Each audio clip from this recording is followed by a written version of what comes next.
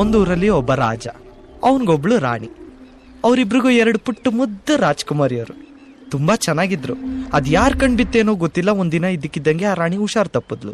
ಹಾಸ್ಪಿಟ್ಲ್ಗೆ ಹೋದ್ಮೇಲೆ ಗೊತ್ತಾಗಿದ್ದು ಆ ರಾಣಿಗೆ ಕ್ಯಾನ್ಸರ್ ಅಂತ. ನೋಡ್ತಿದ್ದಂಗೆ ಆ ರಾಣಿ ಆ ರಾಜನ್ ಕಣ್ಮುಂದನೇ ಪ್ರಾಣ ಬಿಟ್ಲು.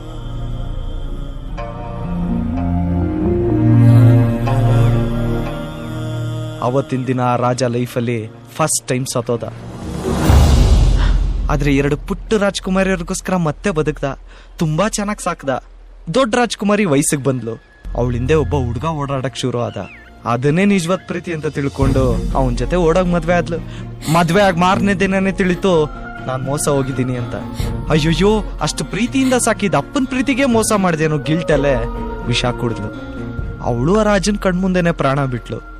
ಅವತ್ತು ರಾಜ ಲೈಫಲ್ಲಿ 2ನೇ ಸರಿ ಸತ್ತೋದ. ಈಗ ರಾಜನ್ಗೆ ಅಂತ ಉಳ್ದಿರೋದು ಆ ಪುಟ್ಟ ರಾಜ್ಕುಮಾರಿ ಒಬ್ಳೆ. ಅವಳಿಗೋಸ್ಕರ ಮತ್ತೆ ಬದುಕ್ದ. ಅವಳನ್ನ ತುಂಬಾ ಜೋಪಾನವಾಗಿ ಸಾಕದ. ತುಂಬಾ ಅಂದ್ರೆ ತುಂಬಾ ಜೋಪಾನವಾಗಿ ಸಾಕದ.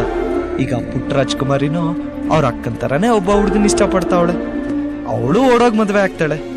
ಇದನ್ ಕೇಳ್ತಿದ್ದಂಗೆ ಆ ರಾಜ ಎದೆ ಹೊಡ್ಕೊಂಡ್ ಸತ್ತೋಗ್ತಾನೆ. ಆದ್ರೆ ಇನ್ಯಾವತ್ತು ಆ ರಾಜ ಮತ್ತೆ ಬದುಕೋದೇ ಇಲ್ಲ. ಯಾಕೇಳು? ಯಾಕೆಂದ್ರೆ ಈ ಪ್ರಪಂಚದಲ್ಲಿ ಅವನಿಗೆ ಅಂತ ಇನ್ಯಾರು ಉಳ್ದಿಲ್ಲ. ಸತ್ತೋಗ್ತಾನೆ ಅಷ್ಟೇ, ಕತೆ ಮುಗೀತು. ಇವಾಗ ಹೇಳು, ನಿನ್ ಲೈಫಲ್ಲಿ ನನಗಿಂತ ನಿನ್ನ ತುಂಬಾ ಪ್ರೀತಿ ಮಾಡೋ ವ್ಯಕ್ತಿ ಇನ್ನೊಬ್ಬ ಇದ್ದಾನೆ ಅಂತ ಮೊದ್ಲೇ ಯಾಕೆ ನೀ ನಂಗೆ ಹೇಳಿಲ್ಲ ಅಂಜು?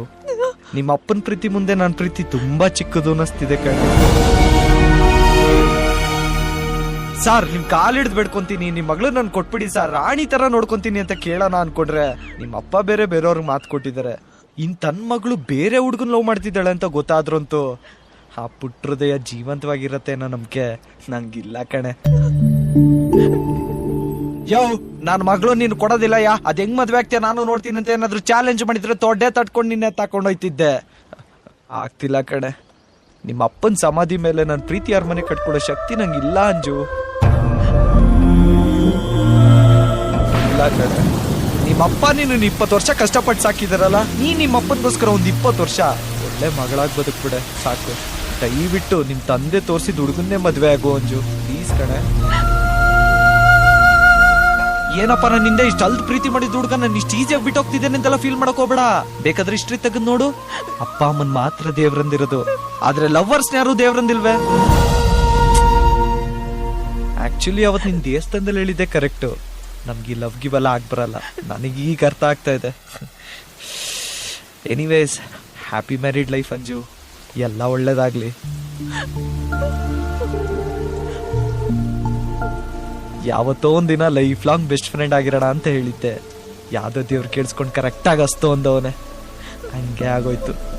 ಇನ್ ಮುಂದೆ ನಿಂಗೆ ಒಳ್ಳೆ ಫ್ರೆಂಡ್ ಆಗೇ ಇರ್ತೀನಿ ಅಂಜು. ಆಸ್ ಅ ಫ್ರೆಂಡ್ ಒಂದೇ ಒಂದ್ಸಲ ಹಗ್ ಮಾಡೆ ಪ್ಲೀಸ್ ಕಣೆ, ಪ್ಲೀಸ್ ಅಂಜು.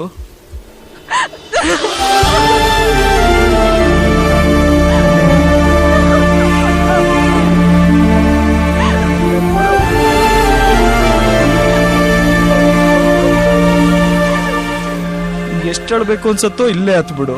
ಯಾವತ್ತೂ ನೀನ ನೆನ್ಸ್ಕೊಂಡು ಅಳ್ಬಾರ್ದು, ಆಯ್ತಾ? ಮನೆಗೆ ಹೋಗು, ಪಪ್ಪ ಕಾಯ್ತಾ ಇರ್ತಾರೆ. ಟೈಮ್ ಆಯ್ತು.